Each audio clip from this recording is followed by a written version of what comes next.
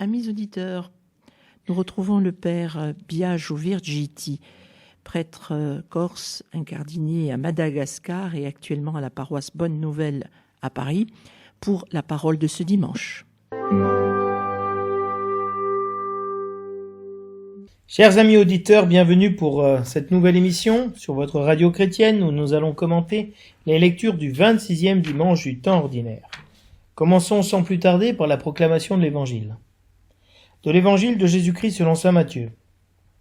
En ce temps-là, Jésus disait aux grands prêtres et aux anciens du peuple : « Quel est votre avis ? Un homme avait 2 fils. Il vint trouver le premier et lui dit : « Mon enfant, va travailler aujourd'hui à la vigne. » Celui-ci répondit : « Je ne veux pas. » Mais ensuite, s'étant repenti, il y alla. Puis le père alla trouver le second et lui parla de la même manière. Celui-ci répondit : « Oui, Seigneur. » Et il n'y alla pas. « Lequel des 2 a fait la volonté du Père ? » Ils lui répondent : « Le premier. » Jésus leur dit : « Amen, je vous le déclare, les publicains et les prostituées vous précèdent dans le royaume de Dieu. Car Jean le Baptiste est venu à vous, sur le chemin de la justice, et vous n'avez pas cru à sa parole. Mais les publicains et les prostituées y ont cru, tandis que vous, après avoir vu cela, vous ne vous êtes même pas repentis plus tard pour croire à sa parole. »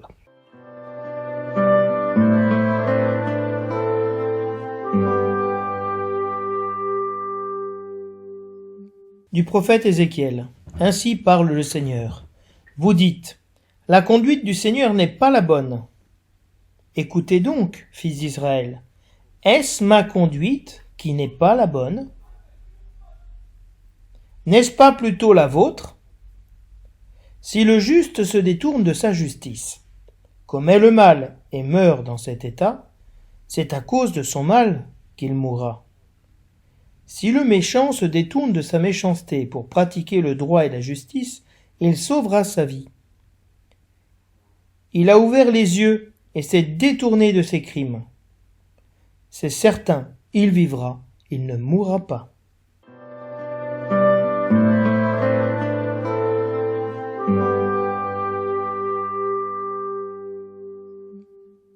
Le refrain du psaume nous dit : « Rappelle-toi, Seigneur, ta tendresse. » Seigneur, enseigne-moi tes voies. Fais-moi connaître ta route. Dirige-moi par ta vérité, enseigne-moi, car tu es le Dieu qui me sauve. Rappelle-toi, Seigneur, ta tendresse, ton amour qui est de toujours. Oublie les révoltes, les péchés de ma jeunesse. Dans ton amour, ne m'oublie pas.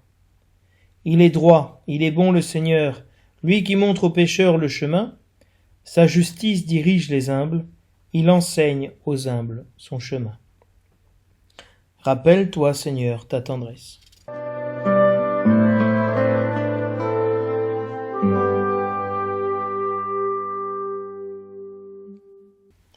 De l'Épître aux Philippiens.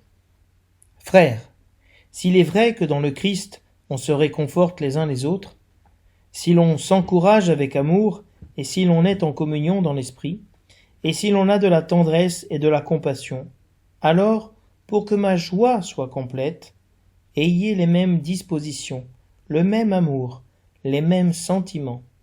Recherchez l'unité. Ne soyez jamais intrigants ni vaniteux, mais ayez assez d'humilité pour estimer les autres supérieurs à vous-même. Que chacun de vous ne soit pas préoccupé de ses propres intérêts, pensez aussi à ceux des autres. Ayez en vous les dispositions qui sont dans le Christ Jésus. Ayant la condition de Dieu, il ne retint pas jalousement le rang qu'il égalait à Dieu, mais il s'est anéanti, prenant la condition de serviteur, devenant semblable aux hommes. Reconnu homme à son aspect, il s'est abaissé, devenant obéissant jusqu'à la mort et la mort de la croix. C'est pourquoi Dieu l'a exalté, il l'a doté du nom qui est au-dessus de tout nom, afin qu'au nom de Jésus, tout genou fléchisse, au ciel, sur terre et aux enfers, et que toute langue proclame Jésus-Christ est Seigneur, à la gloire de Dieu le Père. Parole du Seigneur.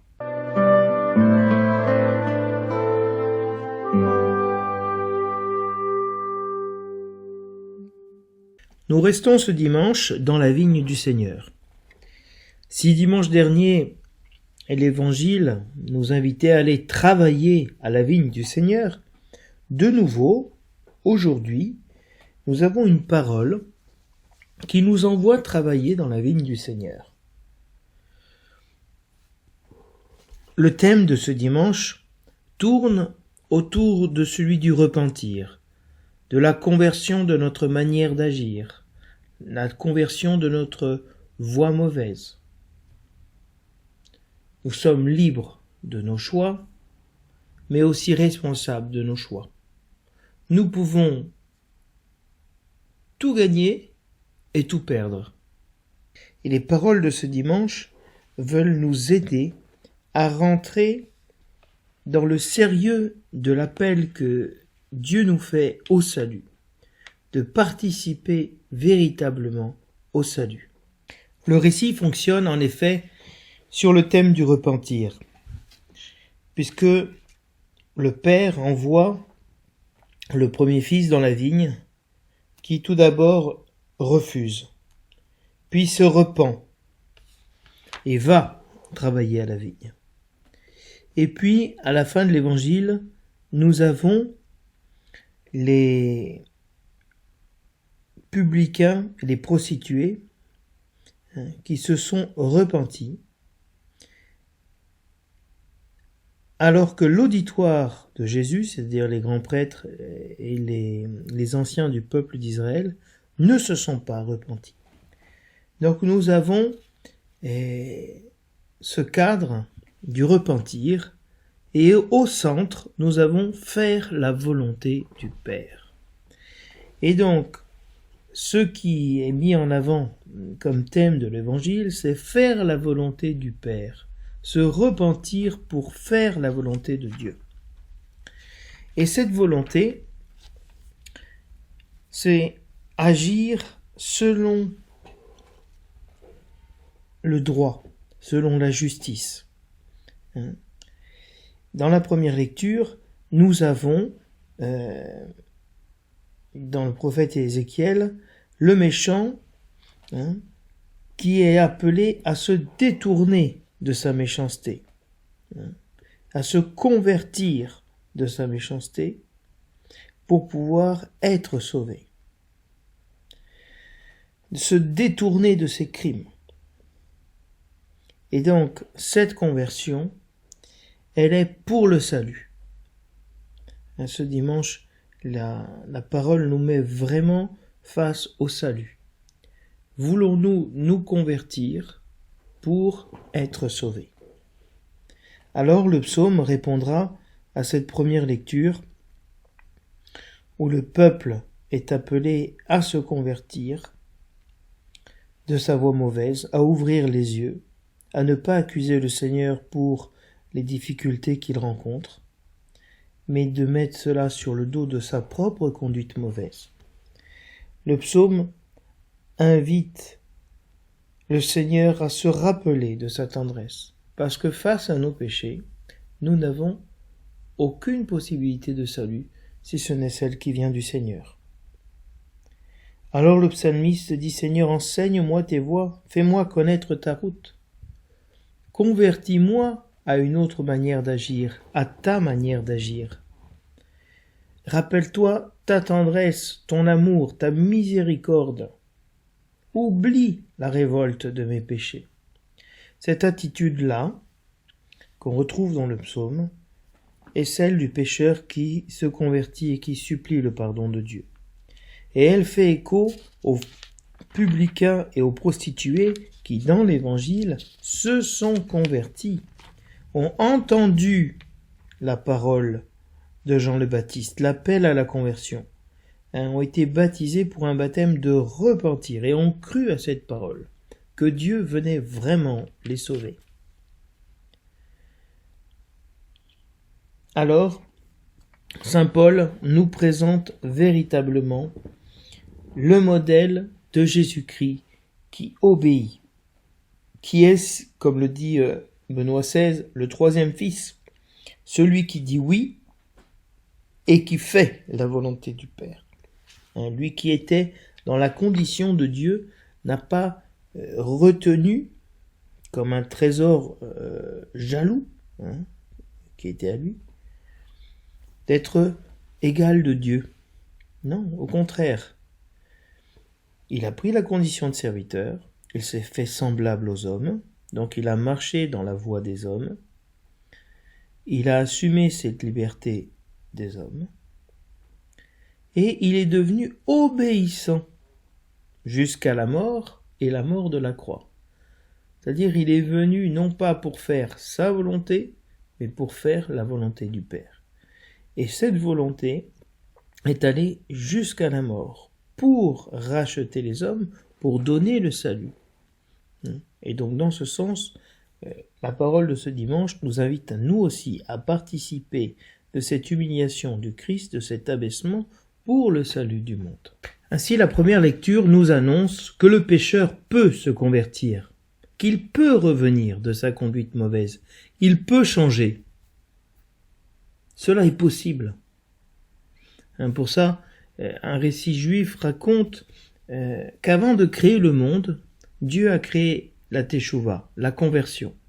Avant de créer le monde, de créer l'homme, Dieu a créé la possibilité à l'homme de revenir vers Dieu, de se convertir. C'est très profond cette pensée, parce que sans la conversion, nous ne pouvons pas revenir à Dieu. Alors le psaume devient la réponse de l'assemblée qui supplie le Seigneur de le remettre sur le bon chemin. Paul nous montre en quoi consiste la conversion. S'abandonner soi-même. Abandonner notre propre volonté pour faire celle de Dieu. L'Évangile nous met devant les yeux deux fils qui tous les deux changent d'avis, sont capables de changer d'avis. Le premier refuse, il commence par dire non, puis il change d'avis, finalement il revient faire la volonté de ce Père. Le second a une très bonne réaction, il répond positivement à l'appel de son Père, mais est-il incapable de le mettre en pratique? Ne veut-il pas déplaire à son Père, mais n'a aucune envie de faire sa volonté? Il se laisse détourner de son élan premier et il revient sur ses pas. Ainsi, face à ces deux figures, nous pouvons nous situer. Quel fils sommes-nous? Et en écoutant la lecture de saint Paul, quel fils voulons-nous être? Voulons-nous faire alliance avec Jésus-Christ pour faire la volonté du Père? C'est ce à quoi l'Église nous invite en ce dimanche.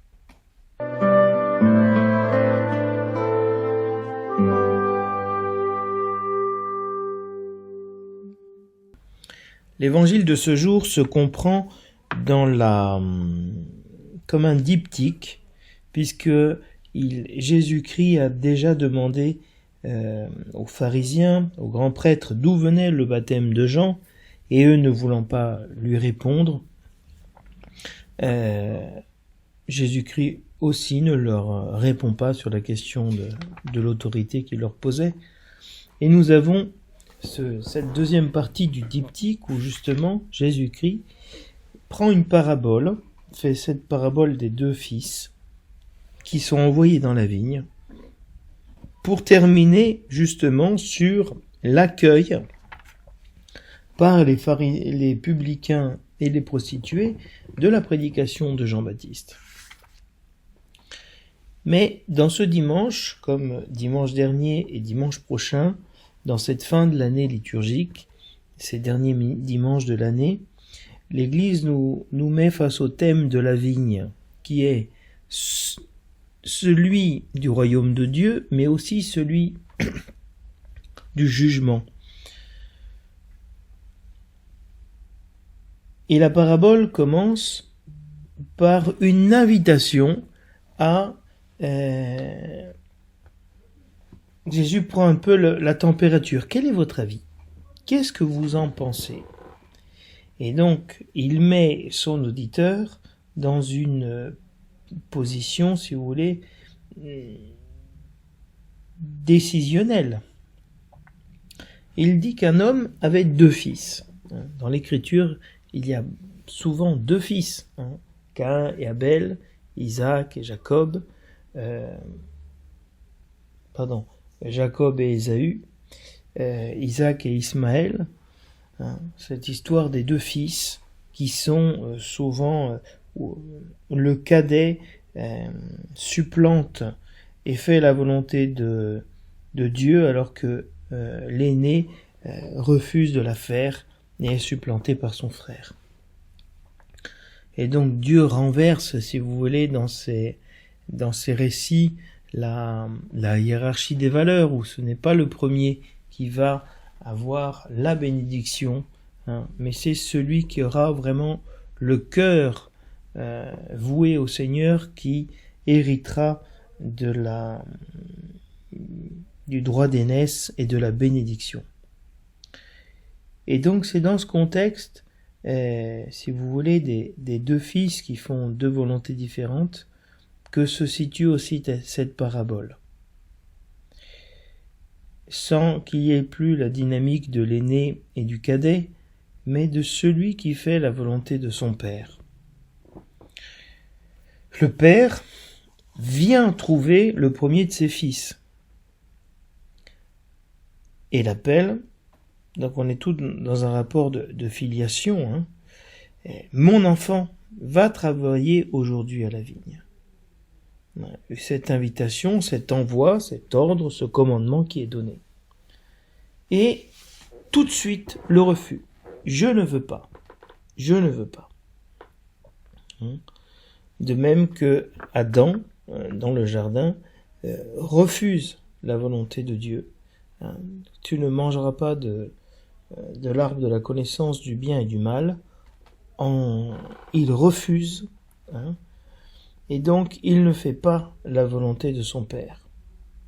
Mais ensuite, s'étant repenti, il y alla.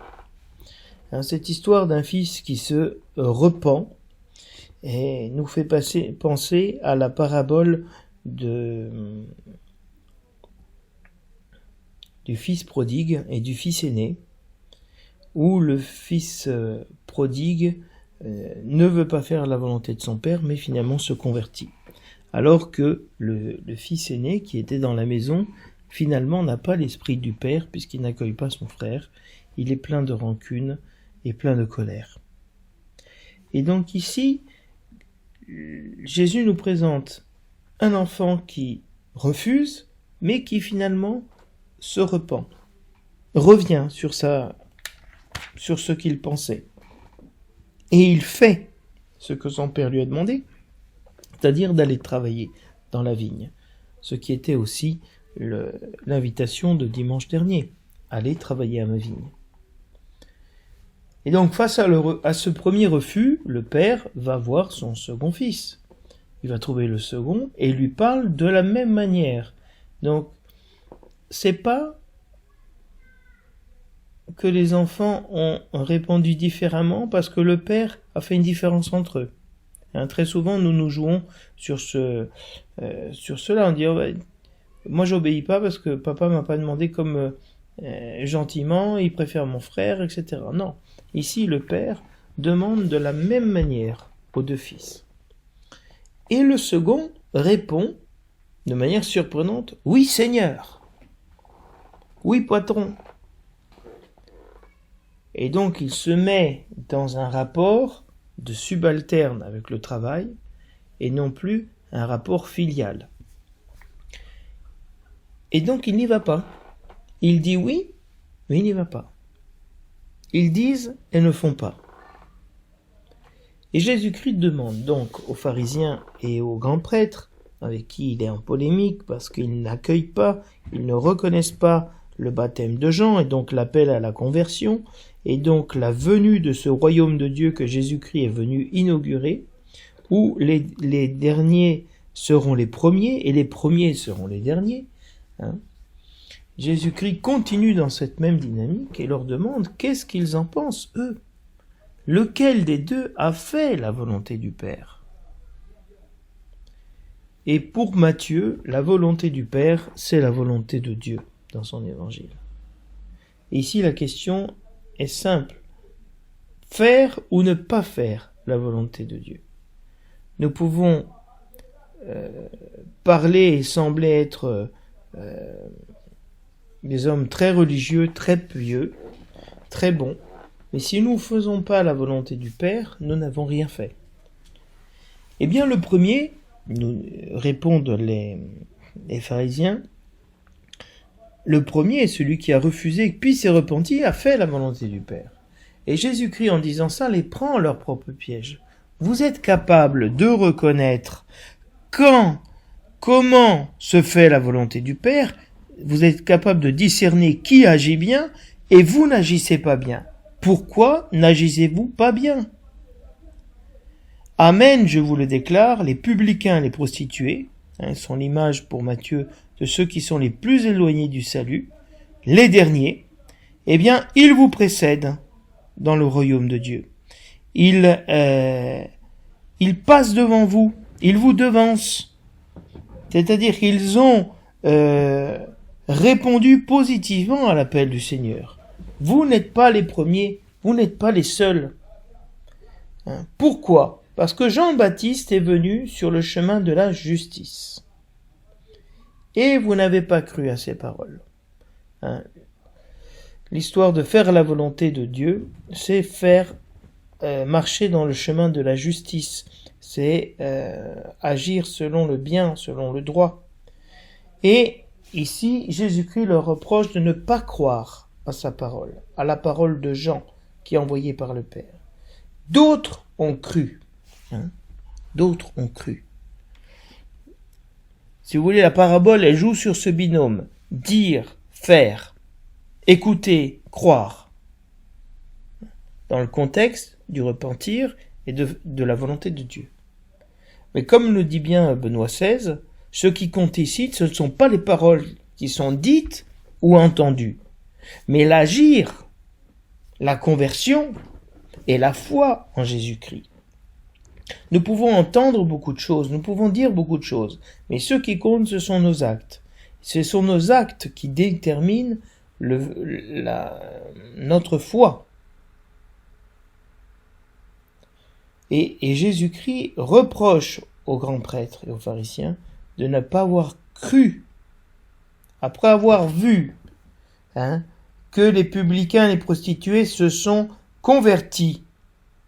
Comme dira Jésus-Christ dans la synagogue de Nazareth, les morts ressuscitent, les pécheurs se convertissent, le royaume de Dieu est annoncé. Voilà le signe du Messie.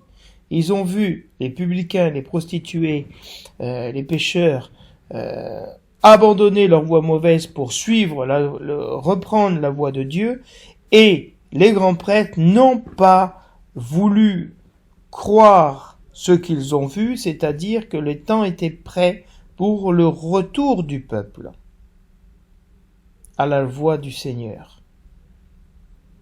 Et vous ne vous êtes même pas repentis plus tard pour croire à sa parole.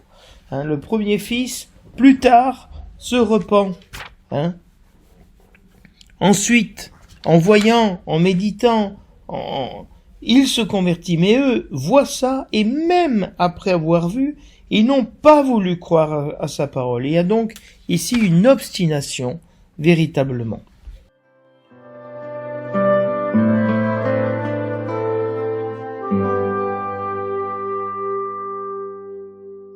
La première lecture omet un verset fondamental pour une compréhension non moraliste ni moralisante du texte. Le verset 32 du chapitre 18 d'Ézéchiel nous dit « Je ne veux pas la mort du pécheur, mais qu'il se convertisse et qu'il vive. » Cette volonté, ce désir profond de Dieu que nous nous convertissions et que nous vivions, est le moteur, si vous voulez, de cette mise en garde qui est faite par le prophète. Un peuple qui dit que la conduite de Dieu n'est pas bonne. Dieu n'est pas juste. Dieu ne fait pas ce qui est bien. Et on retrouve, si vous voulez, dans la parabole de dimanche dernier des ouvriers de la dernière heure, cette critique. Les premiers qui ont travaillé depuis le matin disent « la conduite du Seigneur n'est pas juste ». Dieu ne nous donne pas selon ce que nous méritons. Non, en effet, Dieu ne nous a pas donné ce dont nous méritions, mais ce pour lequel nous avions convenu avec lui. Et donc, ici, Ézéchiel reprend cette amertume, cette rébellion, cette contestation de la part du Seigneur. Et il retourne le compliment en disant non. Est-ce que c'est ma conduite qui n'est pas bonne, ou c'est la vôtre qui n'est pas bonne, qui n'est pas juste? Vous ne faites pas le bien. Si le juste se détourne de sa justice, commet le mal, et meurt de cette manière, il meurt à cause du mal qu'il a fait. Et donc, c'est pas moi qui le fais mourir. Il décide de faire le mal, et la mort arrive et le cueille dans cet état mauvais. Mais si le méchant se détourne de sa méchanceté pour faire le bien, il sauve sa vie. C'est-à-dire, il y a deux chemins qui s'ouvrent devant nous, comme dans le livre du Deutéronome, le bien ou le mal. Je mets devant toi, dit le Seigneur à travers Moïse, la vie et la mort. Choisis la vie. Nous sommes capables, par nature, de choisir le bien ou le mal. Et là, Ézéchiel nous dit, si vous choisissez le mal, vous mourrez. Le salaire du péché, c'est la mort. Et donc, même si vous étiez juste avant, si vous faisiez le bien, et que tout d'un coup vous faites le mal, eh bien vous perdez tout d'un coup. Tout le crédit que vous avez eu, vous le perdez immédiatement. Et de même, celui qui s'est comporté mal pendant sa vie, plein de méchanceté, et qui finalement se repent et va travailler à la vie, en pratiquant le droit et la justice, eh bien, il obtient le salut. Dieu n'est pas juste aux yeux du peuple parce que les gens ont été fidèles pendant des années. Et puis, à la fin, ils se découragent, ils se lassent peut-être, ils font le mal et Dieu ne tient pas compte de toutes ces années. C'est comme dans les assurances, le bonus et le malus. Il n'y a pas de bonus, si vous voulez, ici. Parce que agir bien, ce n'est pas un mérite, c'est une nécessité pour nous. Et si le peuple a été juste pendant des années, c'est par grâce de Dieu, c'est pas par ses mérites. Et donc, il ne mérite pas le salut. Le salut est un don gratuit que Dieu donne à celui qui a le cœur contrit et humilié. C'est vers celui-là que je me tourne, dit le Seigneur, vers celui qui a le cœur humilié et brisé. D'un cœur brisé et broyé, tu ne le repousses pas, dit le psaume 50. Et ici, il y a une emphase qui est mise sur la conversion parce que Ézéchiel nous dit que si le méchant a ouvert les yeux, ça veut dire qu'avant il ne voyait pas, avant il était aveugle, il ne voyait pas l'amour de Dieu, il ne voyait pas qu'il était en train de se détruire, qu'il était en train de se perdre. Eh bien, si ses yeux s'ouvrent, il se détourne de ses crimes. Or, dans l'Évangile, les grands prêtres ont vu la prédication de Jean le Baptiste, ont vu les païens, les publicains et les prostituées se convertir, revenir vers le Seigneur, et n'ont pas voulu agir de conséquence, se détourner de leur manière de penser. Ainsi, Ézéchiel nous dit, c'est sûr, il vivra, il ne mourra pas, celui qui ouvre les yeux et se détourne de ses crimes. Le Seigneur nous a créés pour la vie et non pas pour la mort. Et donc le Seigneur nous invite à travers cette parole, nous met en garde, nous appelle à nous réveiller, à ne pas nous endormir sur nos lauriers. Parce que la vie spirituelle est un combat continuel. On ne reste jamais au même niveau. On avance ou on recule. On gagne en grâce ou on perd les grâces qu'on a reçues. Mais en même temps, il n'y a pas de déterminisme, il n'y a pas de fatalisme. Rien n'est assuré. Ce n'est pas parce qu'on a fait beaucoup de choses bien ou que nos parents ont agi bien que nous serons sauvés. Il y a notre liberté personnelle d'accepter ou non le salut qui vient de Dieu, d'accepter ou non que nous agissons mal.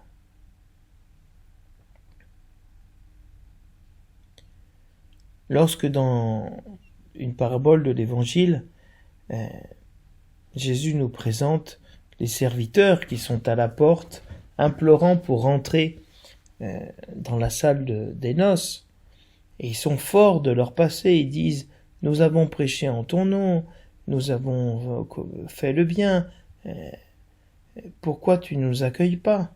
Et le maître répond « Allez-vous-en, vous qui commettez l'iniquité. » C'est-à-dire, oui, vous avez fait le bien, mais aujourd'hui, vous faites le mal.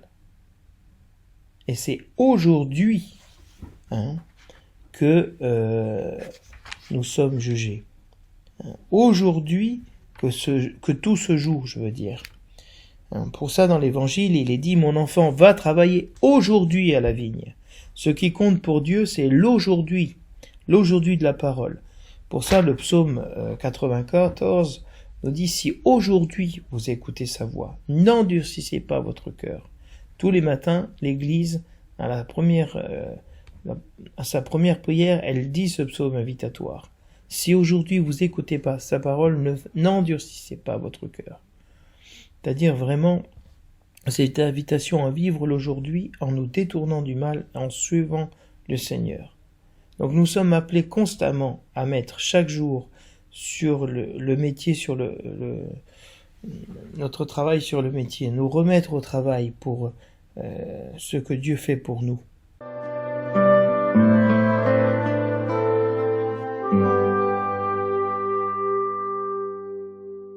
Le psaume répond donc à cet appel que nous fait le prophète Ézéchiel à nous convertir, à revenir et nous repentir de notre voie mauvaise pour vivre.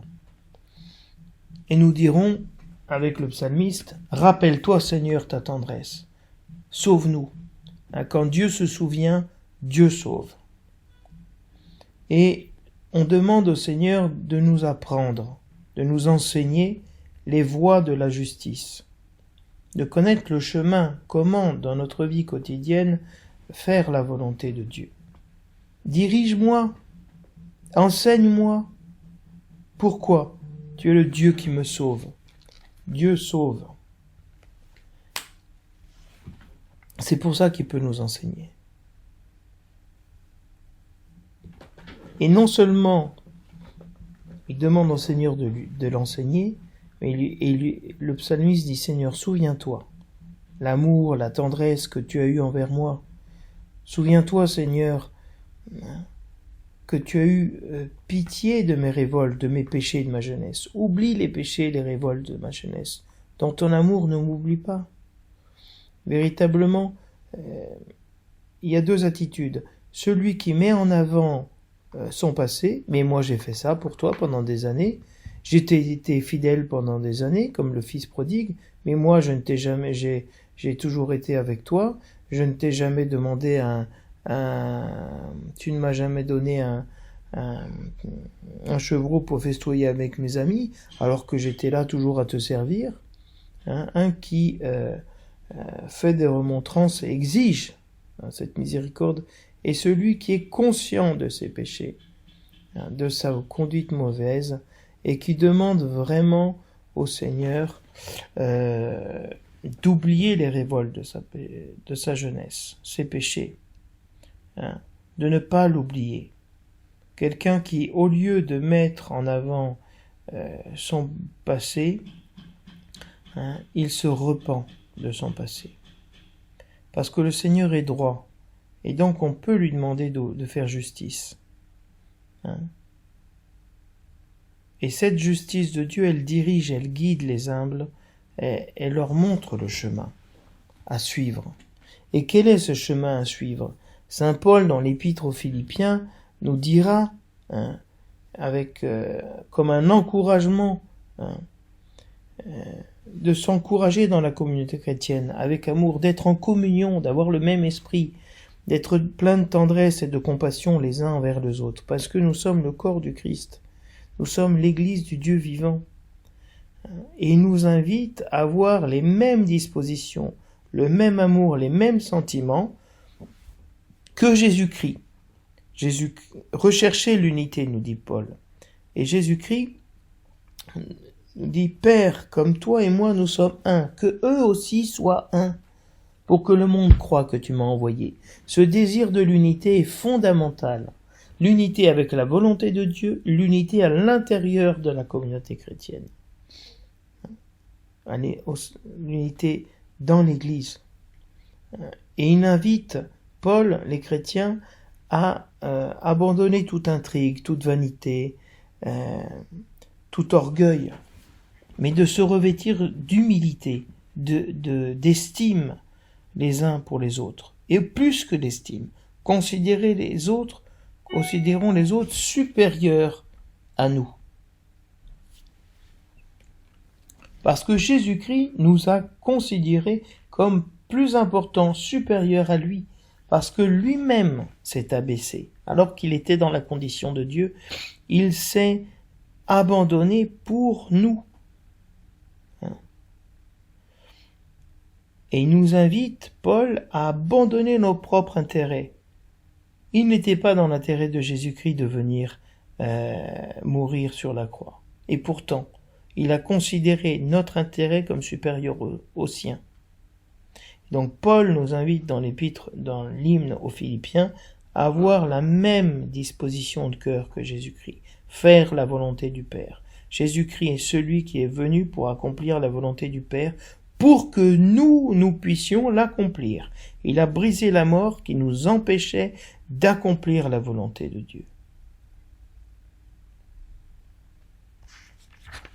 Et Jésus-Christ n'a pas retenu n'a pas fait valoir son rang d'être égal de Dieu. Il n'a pas dit, moi, j'ai été fidèle pendant des siècles, pourquoi tu m'envoies maintenant mourir? Non, il n'a pas regardé ça. Il a regardé au Père qui l'appelait à faire sa volonté. Il s'est anéanti, prenant la condition de serviteur, devenu semblable aux hommes.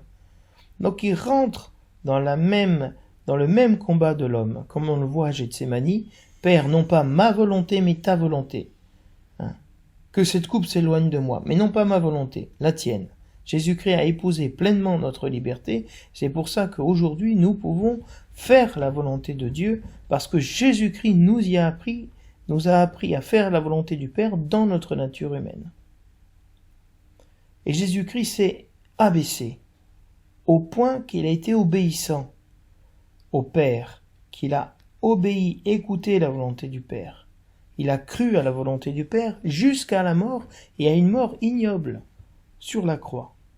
Chose que les grands prêtres refusent, de rentrer dans la volonté de Dieu et d'avoir part au même héritage que les publicains et les prostituées. Ils se considèrent meilleurs, eux. C'est pour ça qu'ils ne peuvent pas reconnaître le règne de Dieu qui vient, parce qu'ils se considèrent comme héritiers, alors qu'ils sont serviteurs, ils sont fils. Et Dieu exalte Jésus-Christ, et il lui donne le nom le plus haut qui existe, qui est que Jésus-Christ est Seigneur, Kyrios, Adonai. Et donc, en Jésus-Christ, nous pouvons faire la volonté du Père. Supplier, comme le psaume, « Aide-moi, Seigneur, enseigne-moi tes voies, prends-moi à faire ta volonté. Aie pitié de moi des péchés de ma jeunesse. » Ne regarde pas à mon endurcissement. Donne-moi la grâce de me convertir. Parce que la conversion est un don de Dieu. Donc je vous invite, chers auditeurs, à rentrer dans ce dimanche et à prier les uns pour les autres pour que le Seigneur réalise sa volonté, que nous puissions tous nous convertir et faire sa volonté de Dieu, sa volonté, sa sainte volonté pour être sauvés. Je vous dis à la semaine prochaine. Au revoir.